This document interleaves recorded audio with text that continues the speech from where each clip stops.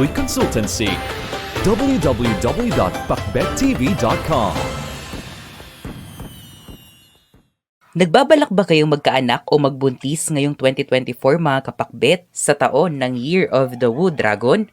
Kung oo, makinig ka ng mabuti dahil maaaring ang 2024 ay magbubunga ng isang extraordinary blessing.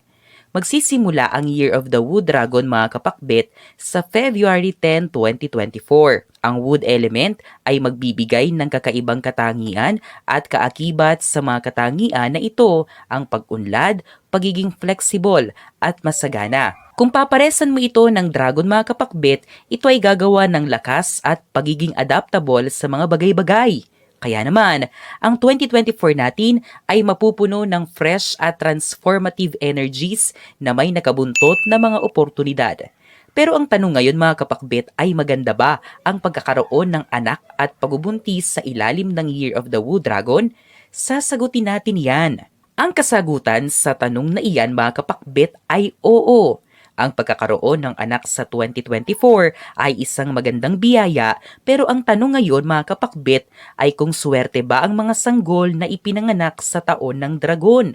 Swerte sila, at narito ang posible nilang katangian na mamamana mula sa wooden dragon. Meron silang strength, meron silang courage, meron silang charisma. Magkakaroon sila ng prosperous life. Sila ay swerte. Meron silang lakas. Normal na sa kanila ang pagiging matagumpay. Sila ay matalino. Confident sila sa kanilang sarili. Sila rin ay artistic. Sila ay matapang at determinado. Ang mga nabanggit na mga katangian mga kapakbet ay nagmula sa ruling zodiac animal sa 2024 ang dragon. Malaki ang posibilidad na lahat ng ito ay kanilang mamamana. Sa pagbabalik tanaw sa kasaysayan, ang mga Chinese emperors ay mas gusto ang mga dragon babies dahil sa mga katangian nilang taglay na kung saan ay makakatulong sa digmaan at pamumuno sa kanilang kaharian. Gayunpaman mga kapakbet, may mga Chinese astrologers na magsasabi na ang pagkakaroon ng anak o sanggol sa Year of the Dragon ay maaaring magdulot ng risk o complications kapag nagbubuntis at kapag manganganak na. Ito ay dahil ang Year of the Dragon ay kilalang may malakas na yang energy. May mga paniniwala rin na nagsasabi na ang mga batang ipinanganak sa Year of the Dragon ay lalaking matigas ang ulo at mahirap palakihin. Pero gayon pa man mga kapakbet, isa lang ang sigurado. Ang bata na nasa tiyan mo ngayong Year of the Wood Dragon 2024 ay tiyak na magbibigay sa inyo ng kaligayahan at bagong pag-asa sa buhay. Siya ang magsisilbi niyong lakas at yaman. Kung may swerte mang nagabuntot sa inyong anak, bonus na ito mga kapakbet. We have crossed one more milestone. It's only the beginning. Visit our new store Kapakbet. Unit 1004 Cityland Shaw Tower, corner St. Francis Shaw Boulevard, Mandaluyong City.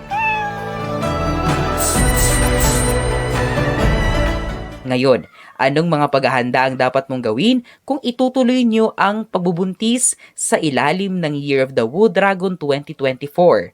Ito sila mga kapakbet. Una, pumili ng maswerteng pangalan. Una mong dapat ihanda mga kapakbet ay ang pangalan ng iyong magiging anak. Maaaring ito ay biblical, combination ng inyong pangalan, o isang pangalan na may espesyal na meaning. Kapag kasi pinag-isipan ng mabuti ang magiging pangalan ng inyong anak, ito ay maswerte. Tandaan na ang pangalan ng inyong anak ay magkakaroon ng papel sa kanilang buhay. Ikalawa, gumamit ng red at emerald green para sa mga gamit ng bata. Red ang lucky color 2024 mga kapakbet. Ang emerald green naman, ang color para ma-harness mo ang swerte na ibinibigay ng Year of the Wood Dragon. Ikatlo, gawing dragon team ang mga gamit ng bata. Dahil ang 2024 ay nasa ilalim ng dragon, mas maganda kung dragon team ang mga gamit ng inyong bata.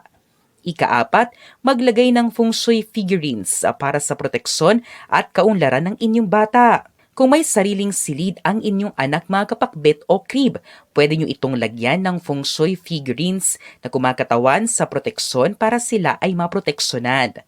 Tandaan natin mga kapakbet na ang pagkakaroon ng anak o isang sanggol, lalo na kung ito ay pinaghandaan nyo talaga, ay isang blessing mula sa itaas. Mahalin nyo sila ng lubos, alagaan ng mabuti.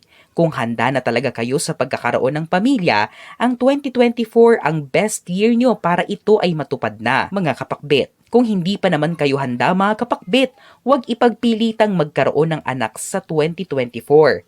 Tignan at timbangin ang mga pwedeng mangyari. Magkaroon kayo ng balanse. Ang mga interpretasyong ito ay pawang gabay lamang. Nasa sa atin pa rin ang desisyon at tayo pa rin mismo ang may hawak ng ating kapalaran. Huwag po nating kalimutang magdasal at manalig sa may kapal. Hinding-hindi niya po tayo pababayaan. Huwag kalimutang mag-subscribe, i-like at i-share ang videong ito sa inyong kapamilya at kaibigan. Maraming salamat sa pananood mga kapakbet.